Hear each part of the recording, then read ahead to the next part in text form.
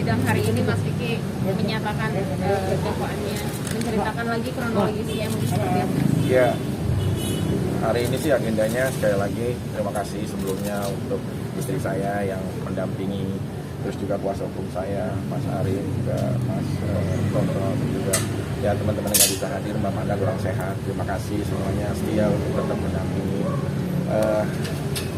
Ya dalam arti saya menceritakan kejadian yang sebenarnya ada, gitu. Baik benar atau tidak itu nanti pertimbangan majelis untuk memberikan sebuah keputusan. Tapi di saat kita menceritakan yang sebenarnya, mau ditanya berkali-kali, mau ditanya berulang-ulang, maka insya Allah cerita itu memang kita sajikan. Karena tidak ada, maaf, cerita kebohongan untuk menutup sebuah cerita aslinya. Jadi kalau ditanya mungkin kebohongan bisa saat-saat berupa, apalagi ini kejadiannya berapa tahun silam. Karena saya memang kejadian yang sebenarnya ya saya ceritain sesuai dengan apa yang saya rasakan dan jalankan. Tadi JPI juga kan sempat menampilkan barang bukti. Menurut Mas Vicky gimana? Bagaimana Mas? Tadi barang buktinya ya. Kalau terkait dengan barang bukti kan memang itu sudah pernah disampaikan pada sidang yang awal-awal. Jadi alat bukti itu hanya disampaikan SP3 terkait laporan klien kami yang terkait perzinahan yang terdahulu dengan rekaman dari channel YouTube media yang bersangkutan. Itu sudah pernah disampaikan. Tapi sebenarnya yang intinya persidangan hari ini adalah mendengar keterangan langsung dari terdakwa. Artinya hari ini adalah final. Apa yang selama ini kita perjuangkan, fakta-fakta yang kita mengungkapkan, hari inilah sudah diterangkan semua oleh klien kami selaku terdakwa. Dari mulai bagaimana awalnya sampai ke rumah Ibu Angel, bagaimana peristiwa awal siapa yang naik ke pagar dan lain sebagainya. Artinya selama ini kita mendapat cerita bahwa adalah di taman dengan lampu yang terang, ternyata menurut klien kami pada hari itu rumah dalam keadaan gelap. Gitu, artinya keterangan-keterangan saksi yang sudah pernah kita perdengarkan dalam persidangan yang terdahulu, hari ini kita mendengar langsung dari terdakwa dan terjawab semua.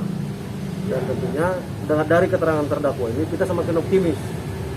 Kita semakin optimis akan mendapatkan hasil yang maksimal. Tentunya dengan melihat persidangan agenda selanjutnya, artinya tuntutan dari pihak jaksa penuntut umum. Gitu. Itu sih, Pak. Mungkin puas nggak dengan memberikan keterangan tadi yang? Ya, kan kita menunggu hak kita ya. Karena kan dari kemarin kita hanya mendengarkan di saat mungkin ya saudara Indolelga, Aman dan lain-lain lah semuanya memberikan komentar, kita hanya mendengarkan. Saksi kita hanya mendengarkan, dikasih kesempatan mungkin di penghujung untuk bagaimana dikonfrontir keterangan. Tapi kan ini momen yang memang kita menceritakan dari versi kita, hak kita untuk menceritakan dengan apapun gitu loh. Justru ada keleluasaan yang kita bisa menceritakan dari versi kita sebenar-benarnya yang terjadi. Kembali menceritakan mungkin masih ada rasa kecewa nggak sih? Enggak, kalau permasalahan rumah tangga ya sudah berlalu lah ya. Saya sudah digantikan sama Allah seorang istri yang luar biasa, Kalina Oktarani di sebelah saya. Tapi perkara ini namanya kita juga sebagai penggiat kerja seni otomatis menjadi konsumsi publik untuk dilihat, apalagi teman-teman media pasti akan mempublish ini. Nah jangan sampai perkara ini jadi percontohan di mana nanti kalau misalkan seorang istrinya yang melakukan sebuah tindakan seperti ini kemudian digerebek suaminya, jadi suatu hal yang semena-mena gitu loh. Udahlah nanti juga perkara Vicky kita lihat suaminya yang gerebek, suaminya yang mendapat hukuman. Nah ini yang harus kita bener-bener jangan sampai perkara kita jadi ajang percontohan buat khususnya masyarakat banyak gitu loh. Itu aja sih. Pak Vicky tadi artinya masih sangat ingat detail dan cukup lantang juga untuk ngasih pendapatnya sendiri, ngasih ceritanya tadi seperti apa sih Pak Vicky? Ya karena aku bilang gitu loh, aku menceritakan memang yang terjadi dari Bulungan, aku show bersama band metal Kudeta dengan acara Palu dan Donggala charity show. Habis setelah itu aku mendengar informasi ada masalah di rumah kediamanku, istri aku begini begitu. Akhirnya aku datengin, ya namanya kayak ginilah. Kita pastikan sering lah kita makan bareng habis selesai liputan yang nggak tahu apa-apa ketawa-ketawa sambil makan, tiba-tiba ngedengar sesuatu spontan saya berangkat, otomatis kan semuanya ngikut gitu loh. Nggak ada perencanaan, bahkan di dalam pemeriksaan para media baik reporter atau apapun yang Mas Arif mungkin masih ingat, memang tidak pernah ada perencanaan, tidak pernah ada kayak pemanggilan, apalagi pernah diduga kayak mengumpulkan dan mengajak, itu tidak ada. Ini spontan terjadi dengan sendirinya gitu loh.